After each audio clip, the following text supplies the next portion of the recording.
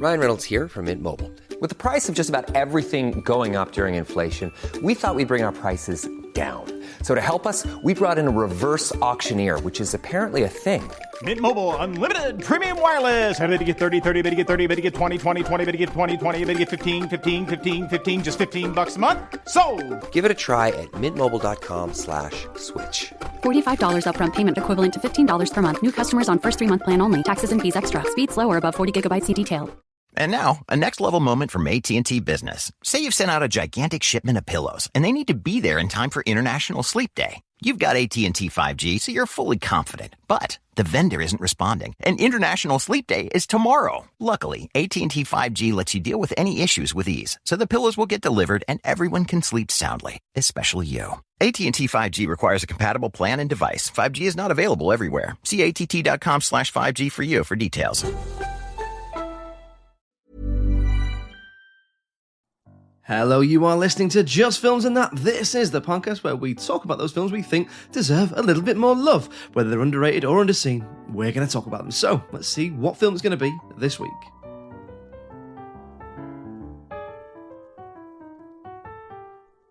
Hello, yes, thank you for tuning in again. I'm the host for this week, Josh Allen, and I'm joined as ever by my wonderful co-host this week, James Allison. How are you doing, Jamie? Hello, never call me James again. Why? I will quit the podcast. I'm Chris and Jamie. Are you? Yeah. Oh, I'm sorry. Have you ever thought about changing it? Yeah, but not to that. What to? Victor Frankenstein. Well, what a link that is. How professional. Absolutely smashed it. What we're talking about this week is Dracula. So we are we're doing horror films for October. So next week we will have a Halloween special with a very special guest. This week, Jamie did The Frighteners last week. I've gone with Frankenstein this week, and that's Frankenstein, or I think it's actually called Mary Shelley's Frankenstein from 1994, otherwise known as the one with Robert De Niro and Kenneth Branagh in it.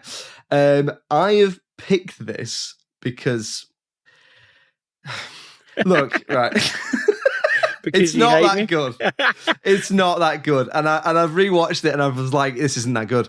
And I thought it was going to be better. It wasn't. But I do still think, having a look at the critical reception, that it might be underrated. I do think there's stuff to like in it. And you know what? It's Halloween-y. So this is probably, it's up there with Ultimate Halloween book in it. Ultimate Halloween property is Frankenstein. We've done Bram Stoker's Dracula before. So why not do Mary Shelley's Frankenstein? Had you seen this one before? Yeah, I used to love this, and I haven't watched this in like maybe a decade. Yeah, and when you said we're doing this, I was like, oh great, yeah, that's definitely underrated. I really like this. I like Kenneth Branagh's directing, and then I watched it. I was like, oh no, oh no, that's almost the exact same reaction. I hadn't watched it for about 10 years, and I was like, because I think we watched this at school. I think we studied the book and we watched it at school, because I remember the beginning bit where his hand goes on the sort of snowdrift really scaring me when I was 15, or well, I must have been 15 because it's 15, but right, so we've both previously, no, because it was at school is what I mean. So we both previously liked it, and then we've watched it again. So just to remind everyone the structure, we're trying to be balanced here. So let's go into the likes, and then we'll go on to the dislikes as well. Before we start, I know we're a little bit into the episode now, but if you could give us a rating or review wherever you listen to this episode, a 5-star rating or review, we really, really appreciate it. It helps other people hear us and hear the two grown men change their minds on a film. If you do want extended bonus content from us as well, we do have a Patreon. If you click the link in the episode description, you can get ad-free extended episodes with early access to them from £1 a month. Anyway, Jamie, likes then. Let's get this out of the way. Before we get into likes or dislikes, I've got a note here that I've put in bold because I needed to make sure I didn't forget about it. Yeah. Get a handrail on that staircase. What are you doing? What? Oh, the one in the house? Get a handrail on that staircase. That really gave me so much anxiety.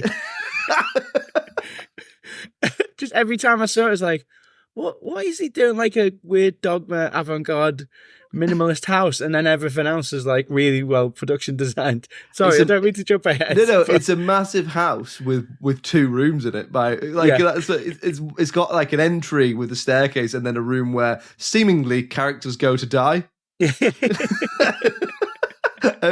Obviously, yeah. So the production design is probably one of the strongest elements. Is that in your likes? Yeah, yeah. I've clubbed that in with makeup effects, production design, and makeup. I think his Frankenstein's lab, this might be the best I've seen because he justifies. Do you know when you see Frankenstein's lab in like the old 30s Universal stuff, and there's always like different kind of medicine bottles and things are going into places. In this, you see all the gloopy stuff, but it's because he needs the amniotic fluid. Yeah, it all makes sense. Yeah, and it's in other ones. If you think of like things that are derivative of this, like Van Helsing and stuff like that, it's sometimes in a castle. Whereas in this, it is literally he's studying medicine in it's not Geneva, is it? It's like Ingolstadt or somewhere in Germany, isn't it? Because they keep making cracks about the fact that he's Swiss in it. Yeah, what a dork. Unnecessary digs from being Swiss. But anyway, they do it. But yeah, he basically just rents a loft that looks like it'd be about $2,500 a month in London. Yeah, I mean, as an ex-Londoner, I was watching that like, oh god, look at the daylight he's getting. Oh, wow. I'd certainly rent that and then create a sort of zombie in it. And then she says it's going cheap because there's like a few stairs to go up. Like, I've lived on like 5th floor places where the lift goes out all the time. But crucially, there is a handrail on those stairs because she's holding it. She walks up it. Yeah. He's like, oh wow, this is luxury.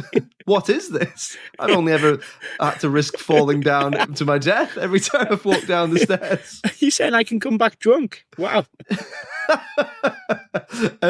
So yeah. What did you like about it? We mentioned the production design there. What else is there? What else is there for you? I think the makeup on Robert De Niro is great on this. Yes, I agree. It's the best version I've seen. Obviously, I don't know if we discussed kind of the very sexiness of copyright when it comes to what Universal owns over what the book is. So if you put bolts in the neck of your Frankenstein, you can't do it because it's that. It's Boris Karloff. Or yeah. Is it Boris Karloff, Lon Chaney, one of the others? Yeah, one of them in there. Yeah. One of the old horror ones. Yeah, but what it means that you have to come up with a new idea for your design. And I think like the kind of the stitches and the scars and the how that affects the character, it's all done really well, and you can tell that Branagh was in on that. It's not just that he's gone, oh, this is what the team's come up with. Yeah, so I think from my understanding, this was supposedly trying to be a closer adaptation of the book. I've not read the book. I don't know how close it is, but it does follow the. So obviously, like the if you were to draw a picture of Frankenstein, you basically draw like one of the monsters, green with a sort of square head and bolts in his neck and a squiggly line across his head because he's had his brain sewed into him or whatever. Whereas it looks just more like a zombie, except he's literally stitched body parts together in this. Yeah, so this is pretty loyal to the book. The only thing they've added is the kind of Bride of Frankenstein, the sort of last stuff. Half an hour, last 20 minutes sort of stuff. Yeah, but I mean, the opening narrative, the idea of the sea captain who's gone mad and his obsession matches Victor's, that's all from the book, which I like how loyal he is to the book. Yeah. But it doesn't say in the book at any point, and by the way, Victor is absolutely jacked and walks around with his shirt off the whole time. By the way, intermittent fasting with keto diet. That's how he did it, guys. I was like, yeah, well done. I'll put that in my likes. How Branagh is fit in this. He is. He's at one point he's just a sweaty, gloopy, buff mess, isn't he? Yeah. It did make me laugh that it gets to the point where as he's trying to create the creature, he has become so obsessed that it's meant to be that he's not eating, he's not sleeping. As soon as he stops, he gets sick. But he's getting those abs in. Yeah, he's doing the abs. Well, you can crunch in bed. Everyone knows you can. Yeah. No, I mean, Kenneth Branagh does look amazing in this film. Even when he looks rough, he does look amazing in this film. And again, but also De Niro looks. I think they managed to scale up De Niro somehow. He seems huge. He's got a huge presence, and De Niro's not that tall. I don't think in real life. No, I don't think he's. Kenneth Branagh is not that tall. Kenneth Branagh's like about. I think he's like sort of 5'7", 5'8", something like that. But I mean, 5'5"'s a pretty good height for a male, anyway. It's all about the personality, isn't it? That's the sort of. I haven't got that either. There's two fairly short kings, even though no one here will have met us in person. I think they do a good job with De Niro. I mean, the casting of De Niro we can come on to, but in terms of the making him look like an imposing creature, as soon as he's brought to life, he is such an imposing figure in this film, and I do really like the duality that they go into. There are bits in this film where it feels like, had things gone a bit differently, the creature may have gone a different way and just sort of gone on and lived life as a recluse or something like that. But because of what happens to him and because of the things he's exposed to and what he goes through once he becomes sentient, he goes the way of wanting vengeance. Just like, I know that's what happens in the book, but I think they get across that really, really well in this. Do you know what I mean? Yeah, he says to Victor, I have all these emotions, but you didn't show me what to do with them. They put the blame more on Frankenstein than in other interpretations where he's either down the line mad scientist or just an innocent man who's like, oh no, I've created a monster, whoopsie. But this is on you, Victor, for what you did. And I really like that. It makes you feel, I suppose it makes you feel the weight of his decision, particularly in the last sort of half an hour or so. But also this idea of, as soon as he's brought the creature to life, or as soon as he sees him, all gloopy and naked and with his cock and bollocks out in the shades, hung up. When he accidentally crucifies him. Yeah. But he's looking at this big, naked, gloopy, penis and testicles and man. And you do feel that weight of, oh my God, what have I done? Like, why have I done this? I do think it does a good job of building up, why has he done it? How has he become so obsessed? And I think the thing for me is, I do think it is flawed. It is a flawed film. But I think something that I don't think was considered, if you read some of the critical reviews and stuff like that, is I think it's really going for the melodrama. So it's really going for that heavy, there is some really dramatic scenes in this which border on silly. They border on silly. So the bit where, for example, John Cleese's character is stabbed and he's trying to save him because he thinks he's his key to be able to create life. And he's like pumping his chest and going, it need not happen, it need not happen. And then he goes, he sort of cries out in the same way that you imagine that he would cry it's alive and stuff like that. He cries out in that way. And it just looks stupid, but it's done on purpose. The angles and the choice and the way it's done. Branagh at this point is not a fully established director, but he has directed, and he's certainly done a lot of acting and a lot of theatre, and he's still quite young at this point. And I do think the whole film does feel like an actor becoming a director and finding their feet in terms of the angle choices and the lens, the cinematography choices and things like that, because you can tell that the makeup and the costume is there, and that's probably because it's so rooted in theatre. Do you know what I mean? Yeah, I think tonally he smashes it, because you have so many, especially now, you have the, did that just happen generation of scriptwriters where they feel like they have to undermine a lot of the seriousness with a bit of levity. Yeah. And this has some levity that comes naturalistically, but it is, I've always liked that about Branagh, that he goes, we're taking this seriously. That's why he got the Thor job, because he knew how he went, this is a Shakespearean epic, and that's how we'll do it. We're not going to mock everyone's outfit. We're not going to undermine it. And like this, he's taking the book seriously, and that he draws out those themes really well. The themes of the ethics of bringing someone back to life, the choices that you make, and both of them, they're both not good or not bad. They do. It's quite bold of a blockbuster to present you with people who do bad stuff where you go, I don't know which one I'm rooting for here. Yeah, exactly. Like you say, he makes you feel the weight of the decision of him to do that and create the creature. At the same time, it makes you really feel for the creature, when he thinks he's found a home with that family, and then he thinks he's found, he just sort of wants to live his life because he didn't ask to be born, or he didn't ask to be created, or whatever you want to call it. So, like you say, Victor's the main character, but it never goes, like you say, this is a good guy. He's just made a mistake. He was misguided. It literally, to the point where it really makes you see and linger on the morality of grave robbery, basically. The point where he keeps saying to himself, raw materials. That's all they are, raw materials. And it's like, but you're not, let them rest, sort of thing. It's that idea, isn't it? And he knows he's obsessed as well. I really like the line when he first sees John Cleese and goes, "Do you share my madness?" He gets it. He understands he's in too deep. He's riding that line. So it's not even like he's got lost along the way. He's kind of like, this is my obsession. We are going to do this. Yeah. And then you've got his mate there who's kind of a little weasel, who's like, you probably shouldn't do it. Yeah, Quasimodo from Hunchback of Notre Dame. Oh, is he? Oh. Yeah. But yeah, no, I do. I really like that it makes that conscious. I mean, even to the point where, like you say, that it sounds really silly, and I'm not sure many other podcasts would draw a comparison between this and The Thor. Obviously, they've got the same director, but they take the text and they go, "We're going to present it with you what it is. We're just going to show you what it is, and if you don't like it, you don't like it." To the point where even this, they just go, "Yeah, they're brother and sister," but then they fall in love. And I know they're not brother and sister, they're adopted brother and sister, but there is still that thing of, well, they have been raised as brother and sister, though. And there's even a point where they decide to become romantic and they decide to get married, and he literally goes, brother and sister, no more. And it's like, fucking hell, don't underpin it with that. Yeah, like, that's a brave decision, I think. I think if you made this now, that studio straight away has been like, just have that she lives like down the road, or her parents are out, or she's more like the Justine character. She's one of the servants, and they fall in love or something like that. Yeah, but yeah, for him to, he says sister a lot even after they've kind of got together. Yeah, where it's like brother and sister, and now man and wife. Yeah, and you're like, I'm not having that as my vows, mate. That's weird. Couldn't have got more people to come, why? Because you're marrying your sister. Only by blood. What? No.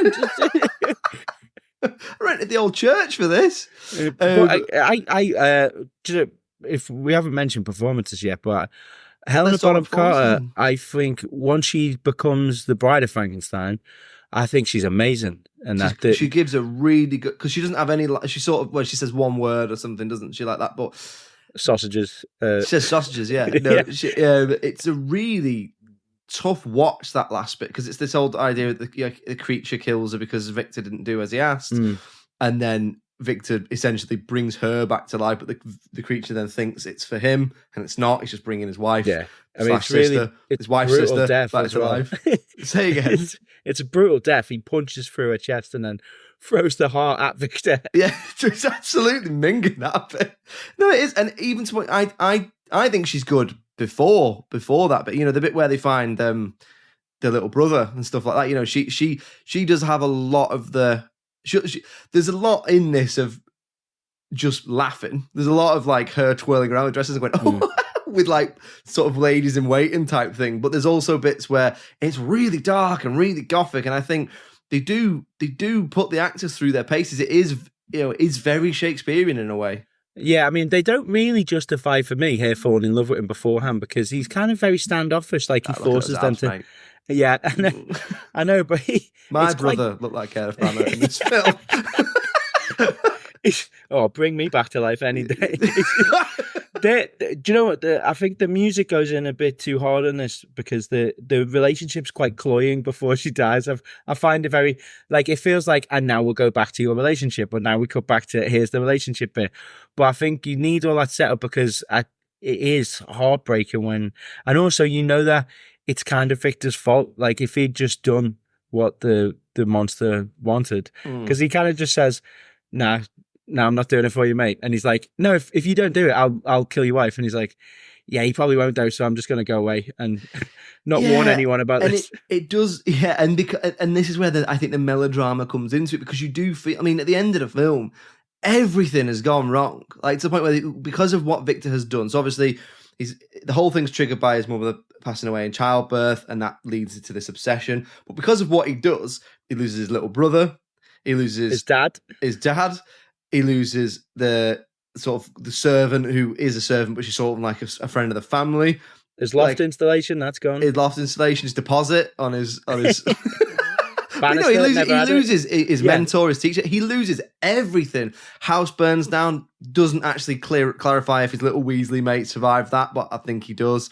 And his life, and then ultimately he pays for it with his life. So he loses absolutely everything, and that is proper. And because it's not Victorian when it's set, and when it was written, it's not Victorian. I don't think it would be before then, but it's certainly post Shakespearean melodrama. You can really, really, really, really feel that in there. And I do think it's a brave decision, and it's quite. I think one of the issues with it, I don't think it's aged very well. It looks jarring now. Yeah. And it's like you say, it's those Shakespearean things of if you just made a different choice, like he's the choice to either not do it, okay, but you have done it, so you have the choice to raise the creation properly and ethically. Okay, you didn't do that, so you have the choice to at least give the creature, remove him from his solitude, because he's told you he's absolutely lonely, and you haven't done that. All right, you've got a choice to, when you know the creature's there, probably don't leave your wife alone and run outside. Because they've got two guys with guns on the door, even though the creature appears to be super strong. But this isn't a case of someone who's, just fallen into the action. Everything that happens to him, it's his own fault. Okay, so we'll move on to the dislikes then. I mean, we've sort of touched on a lot of them in the likes. It's very double-sided sword type of stuff, isn't it, with this film? I mean, what do you reckon, mate? What do you think? Like, what is? I mean, first of all, is De Niro miscast, or is it just that he's so famous? You are just looking at it thinking that is Robert De Niro, though. I don't have a problem with De Niro. I think he's great in this. I think I read up on it that he spent some time with people who'd suffered from a stroke to learn people relearning speech patterns. I think he's spot on. I think he does really well to do the loneliness, but then the anger. Was that a thing that was said? There's that De Niro was miscast. No, but it was. I'm not sure. I do think there was a general feeling around it that they've gone for a name. Yeah. Oh, yeah. Yeah, of course. Which, if you're gonna pick a name, Robert De Niro is fairly good. One of the greatest actors of ever. I'm not sure if he's I do wonder why they didn't make a decision around accent, because he's just got his accent. Yeah, I think it's that case of let's not get distracted or bogged down by that. Yeah. Yeah, because I suppose that the other side of that, again, this is why it's double-edged sword stuff, because if you went, okay, we'll do an English accent then, and if it's not good, it's so distracting. Yeah, and even though it's his own accent, because it's so, it's throaty, and it's he's garbled, and it's like because there's a voice pattern to him that he's doing different, you don't really pick up on the accent because he's changed how he talks. He's someone who that brain that he had knew how to talk, and then he's relearning language. So I think because you're more picked up on, how is he speaking? And he's jittery and halts in his speech, so you don't kind of go, he's from the Bronx, No, yeah, I know what you mean. I don't think he's the worst thing about it, but I thought it was a question that should sort of be asked. So what don't you like about it? Is it, because for me, the big part's the script. What do you think? I mean, there's a lot of overacting in this, isn't there? There is, and that's where I think the melodrama comes in, because that is what melodrama is to a big degree, is massive overacting. I think when the monster reads the diary, and then it's when the little cottage goes on fire, when he sets fire to Richard Pryor's little cottage, and then he comes outside and he just goes, Frankenstein. Yeah, it's not. There is stuff like that, but that's what I do wonder if that's where the melodrama. It's like you say the whole bit where it's like live, because everyone's expecting it's alive, and he went with something else. Don't either do a cheeky wing or don't acknowledge it at all. Yeah, and then we've joked about this before, but I mean, I genuinely think it's an odd choice that everything is realistic in terms of its production, apart from Frankenstein's house, where he goes for this weird minimalistic look, like that ballroom or whatever. No, they play piano and they dance. It's so empty that it feels like it's making a point. And I know I've joked about the banister on the stairs, but it doesn't look real. It feels like a stage production. It looks like a set. Yeah. No, it does. It looks like Top Hat or something like that, doesn't it? Yeah, and you wonder why has he done that when everything else is done very realistically. Like when you see people in the slums, or when Robert De Niro is becoming an anti-vaxxer and stabbing John Cleese. it looks real, doesn't it? I know what you mean. I think what he's trying to do here is go for that melodrama and that sort of almost more accurate depiction of the book. But I think it's jarring if you then juxtapose it against the baggage that comes with the character and with the story. So the ballroom thing, the house thing, I think that's just a strange decision. I think they just went for a striking thing to show that he's from a beautiful, well-to-do family in Geneva, or something like that. But it is strange because also, like I said, you've mentioned the thing about the handrail, but also there is that thing, like I mentioned before, like everything happens in one or two rooms.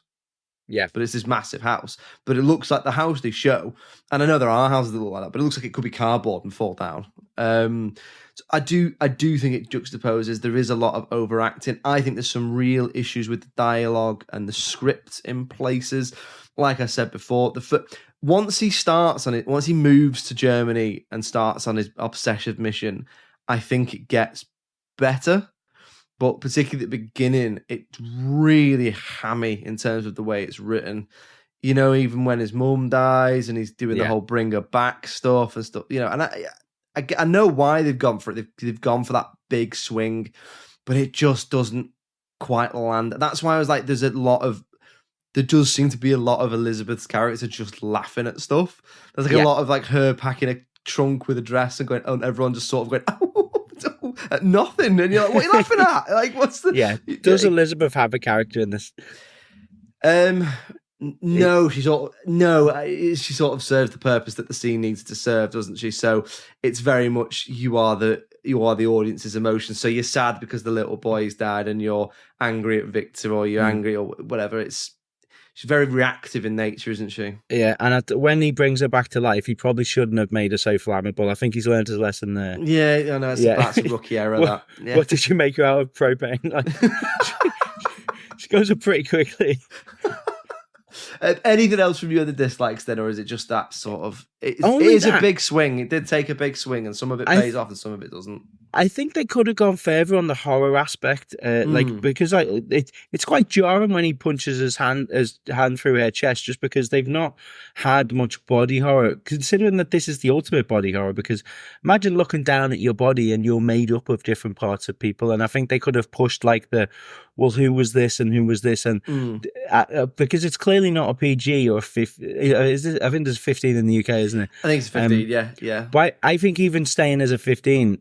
They could have pushed it more. I don't know if it was a PG-13 in the States or an R rating, but I feel like with that heart thing, that's got to be an R-rated film. So yeah, there's only because even they don't show the little boy's death, but even the hanging of Justine is pretty brutal. Yeah, and they don't just hang her; they chuck her off a podium. Yeah, and it also like tonally, that's someone who's completely innocent. So that I think they make him really terrifying at the start. Because I always love an introduction where it's just someone out in the mist, and his groans is great, and you can see the fear on all the sailors' eyes. And this is a scary movie monster, so I think maybe have him. Well, it just could have been more horrific. Like when the guy who's come to assault Richard Briers and Frankenstein, it's quite comical. Like he grabs him by the shoulders and then boofs his head. Just puts his head through the bit, like a cut. Yeah. Like as he came down, a big lump came up on his head, and cuckoo birds tweeted round his head. Yeah, but that could have been like ripped his arms off or something. Also, I think they probably. I wonder if when they were making it, they purposely avoided that for that sort of, we're going to make it more about the duality of both of them and the obsession and all that sort of stuff, rather than, I think they probably strayed away from the horror because they felt like it was too one note. Whereas there's definitely an adaptation you could do where you get all of that. Yeah, I think like, it's up to Branagh, but what they didn't have back in the 30s with the James Whale version is the ability to do special effects. And I think that's what could have been a fun bringing to this version is we've had, John Carpenter and all these people who know how to do body horror now in a classy way. I just think this, it's terrifying when you know that he's coming for Elizabeth. So, make it that he's a boogeyman now, for those sections, you can have that, you can add that tension. Okay, so we'll move on to talking about the critical reception then. So just to remind you of why I picked it, I think this is underrated, particularly because of the critical scores, but I think maybe the average as well. Randy, how the scores work, we're going to do IMDb, Rotten Tomatoes audience, Rotten Tomatoes critics, and I'll tell you the average. How do you think it did? How do you think it did, Jamie? Well, I know that it's famously like, it did money, didn't it? It was in profit, but... Yeah, it was slated. I haven't picked it because it's underseen, so I didn't look at the box office. I know people laugh about it, even though I liked it. So I reckon it's probably in between 5 and 6. And what would you give it yourself? I'd give it a 7. I think because I do like it, and I like the melodrama, and I think they do really well with the kind of the relationship between the two of them.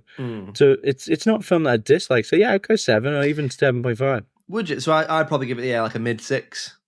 Like a mid-6, but... Oh, wow, so I'm defending the film. Yeah, you like it more than I do.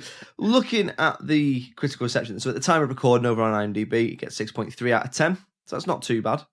But the audience give it 49% on Rotten Tomatoes. Oh, come on, audience, what are you doing? And the critics, and this is why I picked it, give it 43%. Yeah. So that averages out at 51 or 51.6 if you do it exactly. So I would say for me that is... I'd say that's underrated. What would you reckon? Yeah, definitely. I think this is because it's a good translation of the text. Yeah, and that's what they were trying to do. And they make some choices in this. It doesn't all age that well, but some of it is still pretty good, I think. And I wonder if some of that critical backlash is because of how well Francis Ford Coppola did with Dracula. And it's that they're like, oh, now you're trying it again. It's clear what you're trying to do, but you haven't done because that's such an insane movie in such a great way in it. I mean, I love that film. So, and this just feels like, oh, we're doing this again. We've even got the author's name above the title, but you've not managed it. And I think maybe did people mark him a bit lower because of the attempt? I have to wonder that. I do wonder if the choices they made just jarred with what people were expecting. Yeah, I think it could be as simple as, well, this isn't, townspeople chasing him with pitchforks and him, sort of going, ooh, as he does in the 31 film and things like that. But so there we go, underrated. So there we go. Then Mary Shelley's Frankenstein from 1994 is underrated. I'm happy about that. It wasn't as good as I remembered it, but I still think those scores are harsh. I'm happy with that, and we will be back next week with another. It's our Halloween special with a very, very special guest. We look forward to that. In the meantime, if you'd like to get in touch with us, it's filmsandthatpod@gmail.com. We're on all the social medias. If you just search for Just Films and That on Facebook, Twitter, Instagram, YouTube, or TikTok, you find us. We're always putting stuff out there, so do give us a follow. And all that remains to be said is we'll be back next week. It's goodbye from me. Cheerio. Bye.